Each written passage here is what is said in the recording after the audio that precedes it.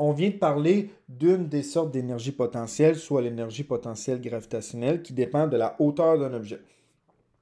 Le deuxième type, c'est l'énergie potentielle élastique, qui va dépendre de comment je comprime ou je tire un ressort. Donc, lorsqu'une personne comprime un ressort ou l'étire, elle lui transfère de l'énergie. Donc ça, c'est ce qu'on appelle le travail. Donc pendant que j'étire mon ressort de 10 cm, ben, j'ai effectué un travail.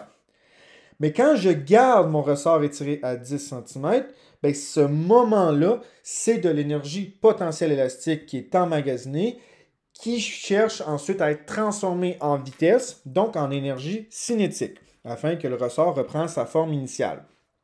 Et si au début, ben, l'objet n'a aucune vitesse, donc son énergie cinétique est nulle, ben, lorsque le ressort reprend sa forme de départ, ben, l'énergie cinétique va devenir maximale à ce moment-là. Donc, la façon de calculer l'énergie potentielle élastique, c'est la même chose que si je voulais calculer le travail potentiel élastique. Donc, c'est la même formule ici. Donc, EPE, c'est l'énergie potentielle élastique en joules. K, c'est la constante de rappel du ressort en newton par mètre. Et le delta X, c'est le déplacement du ressort par rapport à sa position de repos. On se rappelle que quand c'est une compression, c'est un déplacement qui est négatif. Quand c'est un étirement, c'est un déplacement qui est positif.